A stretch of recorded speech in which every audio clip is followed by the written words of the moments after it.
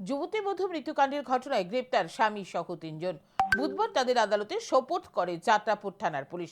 ঘটনাটি ঘটেছিল কিছুদিন আগে কাঁঠালিয়া ব্লকের অন্তর্গত ভবানীপুর এলাকায়। মৃত বধূর নাম জয়িতা সরকার। অভিযুক্ত ৩ জনকে আটক করেছে যাত্রাপুর থানার পুলিশ। জানা গেছে, বিয়ের পর থেকে জয়িতার উপর শারীরিক ও মানসিক নির্যাতন চলছিল। অভিযোগ, কর্মসূত্রে চেন্নাইয়ে থাকলেও বাড়িতে ফিরলে স্ত্রীর উপর অত্যাচার করতেন স্বামী। দীর্ঘদিন ধরে পারিবারিক অশান্তি ও নির্যাতনের জেরেই জয়িতা মানসিকভাবে ভেঙে পড়েছিলেন বলে দাবি পরিবারের।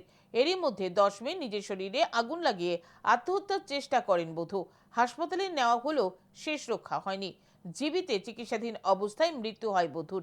মৃত বধূ জয়িতার পরিবারের পক্ষ থেকে যাত্রাপুর থানায় স্বামী বিপদ সরকার, শাশুড়ি এবং শ্বশুরের নামে লিখিত অভিযোগ দায়ের করা হয়। পুলিশ তদন্তে নেমে 3 জনকে মামলার গ্রেপ্তার করে বুধবার আদালতে পেশ করে।